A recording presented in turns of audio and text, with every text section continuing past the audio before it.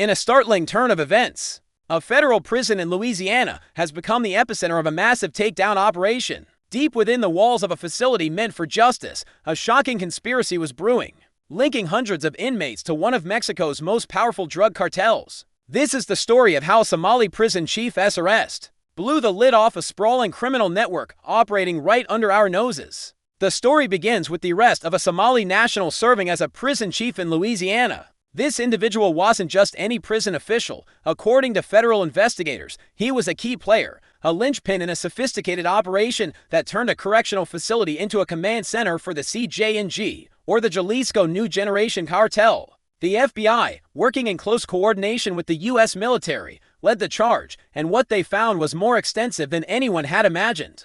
Let's break down how this all unfolded. The investigation wasn't a sudden raid. It was the result of months, possibly years, of meticulous intelligence gathering. Sources within the facility began reporting suspicious activities. We're talking about an unusual flow of contraband, whispers of loyalty oaths, and a clear hierarchy forming among a specific group of inmates. These weren't your typical prison gangs fighting over territory. This was something far more organized, with connections that stretched far beyond the prison gates. The FBI took the lead, but the scale of the operation required the unique resources and expertise of the U.S. military. The military's role was crucial. They provided logistical support, intelligence analysis, and advanced surveillance technology that allowed investigators to piece together the puzzle without tipping off their targets. This collaboration highlights a growing trend, where domestic law enforcement partners with the military to tackle threats that blur the line between criminal activity and national security risks. When agents finally moved in, they didn't just arrest the prison chief, they unearthed a treasure trove of evidence, seized. Contraband included not just drugs and weapons, but encrypted communication devices, detailed financial ledgers, and lists of contacts both inside and outside the prison. This is where the true scope of the network began to emerge. The number that stunned everyone was 568. That is how many inmates were directly linked to the CJNG's operations from within this single Louisiana facility. Think about that for a moment.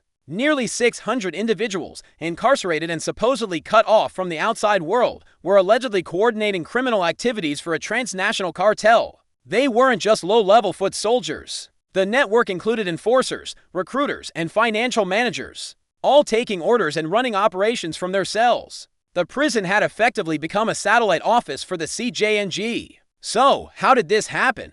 How does a prison chief, an individual entrusted with maintaining order, allegedly become the key facilitator for a cartel? Investigators believe the Somali national used his position of authority to bypass security protocols. He allegedly orchestrated the movement of contraband, facilitated communication between inmates and their cartel contacts on the outside, and even helped recruit new members from the prison population. His motives are still under investigation, but financial gain and ideological alignment are being considered.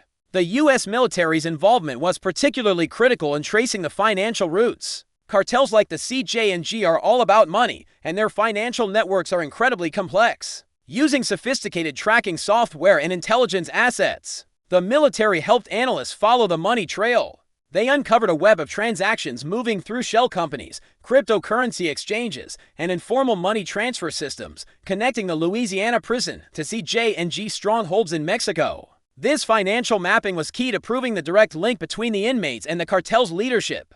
The implications of this discovery are profound. First, it exposes a glaring vulnerability in our correctional system. If a network this large can flourish in one federal prison, how many others might exist?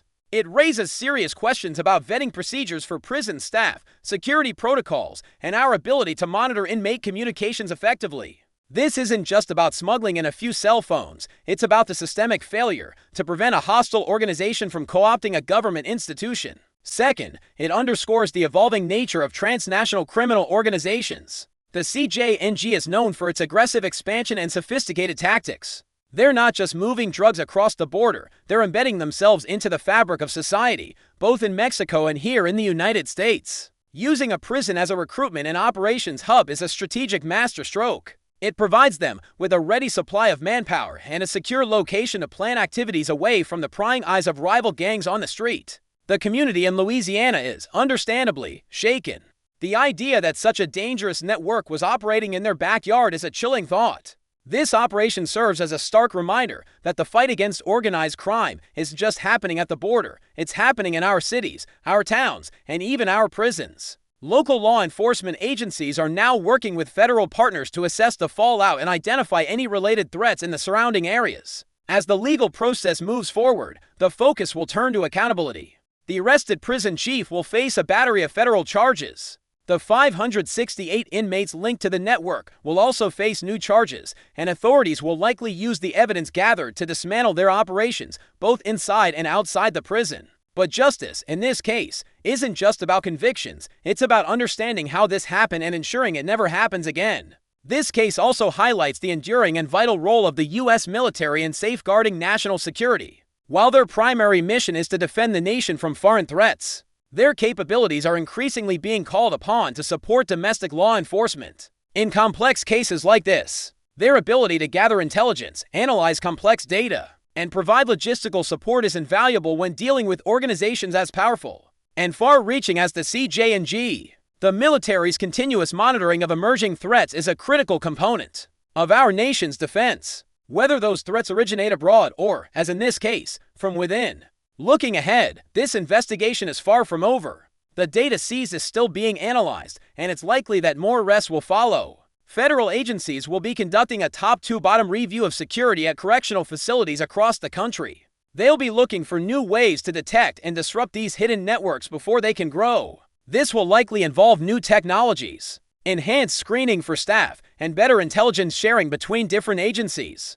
This story is a powerful testament to the dedication and collaboration of our law enforcement and military personnel. It's a complex and ongoing battle, but operations like this one in Louisiana show that even the most hidden networks can be brought into the light. The fight to protect our communities and uphold the rule of law continues, and every victory, no matter how unsettling the details, is a step in the right direction. Thank you for watching. This is a developing story, and we'll be sure to bring you updates as they become available. If you found this report informative, please consider liking this video and subscribing to our channel for more in-depth analysis of critical events shaping our world. Stay safe, and we'll see you in the next video.